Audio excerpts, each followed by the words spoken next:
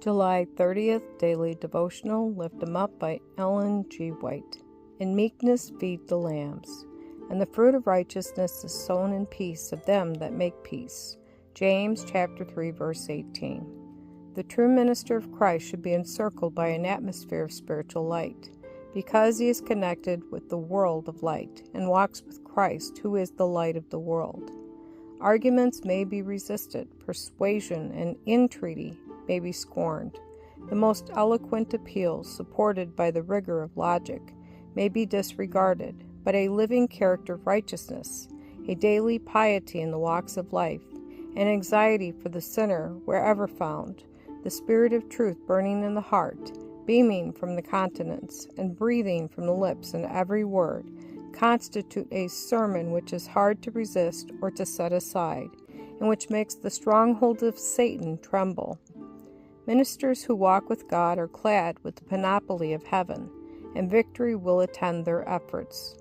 Those who are engaged in the great and solemn work of warning the world should not only have an individual experience in the things of God, but they should cultivate love for one another, and should labor to be of one mind, of one judgment, to see eye to eye.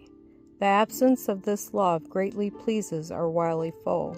He is the author of envy, jealousy, hatred, and dissension, and he rejoices to see these vile weeds choke out love, that tender plant of heavenly growth.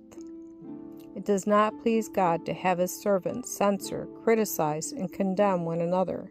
He has given them a special work, that of standing in defense of the truth. They are his workmen.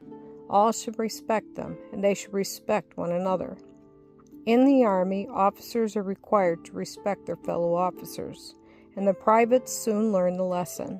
When the leaders of the people in Christian warfare are kind and forbearing, and manifest a special love and regard for their co-laborers, they teach others to do the same.